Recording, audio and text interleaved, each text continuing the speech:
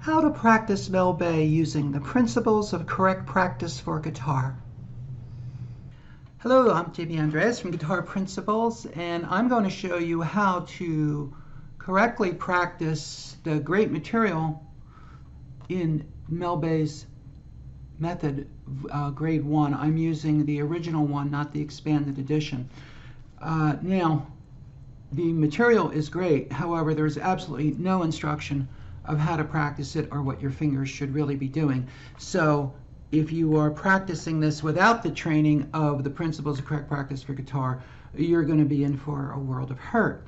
Okay, but I'm going to assume that you are smart enough to be using the principles before you try practicing Mel Bay, and I'm going to show you, lucky people who are using the principles, how to go about applying it to Mel Bay. So I'm going to take page 7 here, all right, first page, where Mel has you practicing down at the 1st fret, which is the most difficult place to play and will ruin any beginner because nobody can be relaxed here unless you've had the foundation training in the principles. Now, if you have had that training, here's how you go about it. I'm sitting in the casual position. When you practice, it's really better that you're sitting in the stricter position. It gives more security. In fact, I think I will do that. So you see that on page 7, you have what seems to be a simple exercise of whole notes with the E and then the F and the G. However, unless you've already had good training, you probably can't have your hand look like mine, like that. You're probably going to look more something like this. So do the best you can to put that thumb behind the neck, spread your fingers out like this, and whenever you are playing an open string, you have no contact with the left hand. So you're using what I call the floating arm, your arm supporting itself. That's a lot of weight.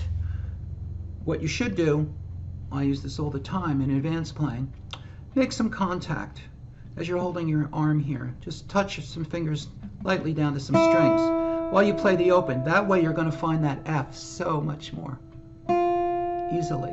Now when you play the F, make sure you hold that finger down and don't let the other fingers move over like this. You have to keep them away, and you hold that F as you play the G like this. So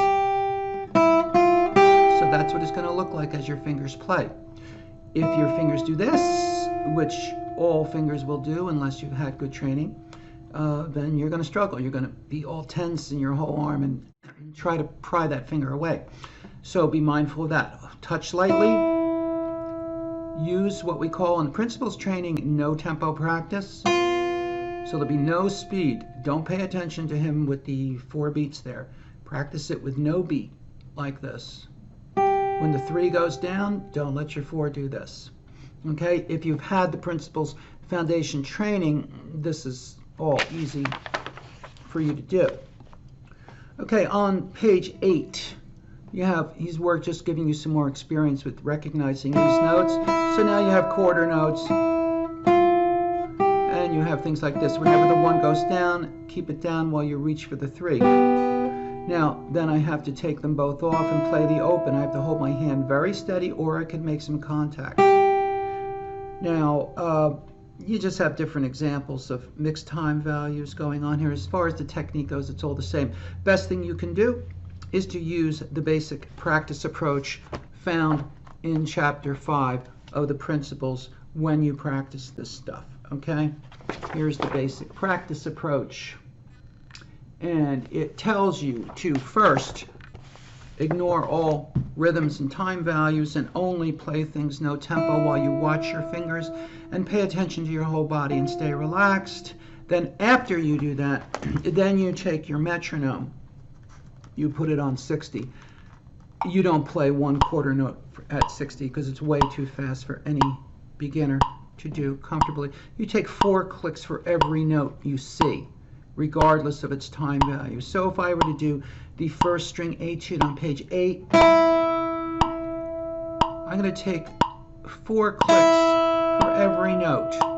The first measure's all open, so it's somewhat easy, but still pay attention to your body and your breathing. Now when this finger goes down on the F, 2, 3, 4, 1, 2, and I take 4 clicks for each note. Do it that way, then move the metronome from 60 to 80 to 100, come back to do them at 60 at 2 clicks for each note.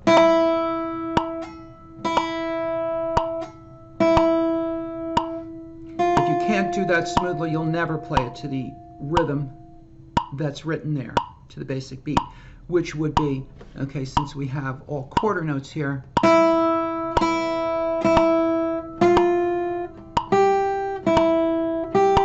and then 2 clicks here.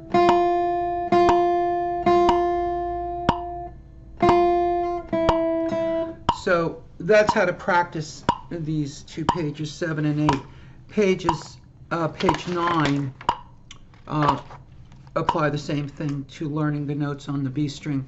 As far as the picking goes, you have to do the right hand string shifting exercise in the principles before you're really going to have correct picking here, powerful picking, and from the elbow, which is what we want, strong, powerful picking.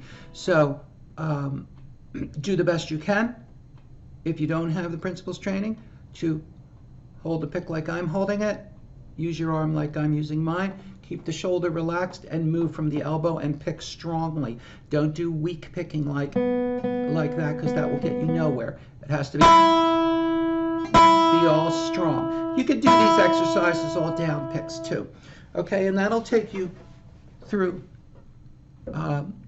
pages 7, 8, and 9 in Mel Bay, and that gives you some instruction on that. And in the next video in this series, I will take the next few pages. Have fun with that.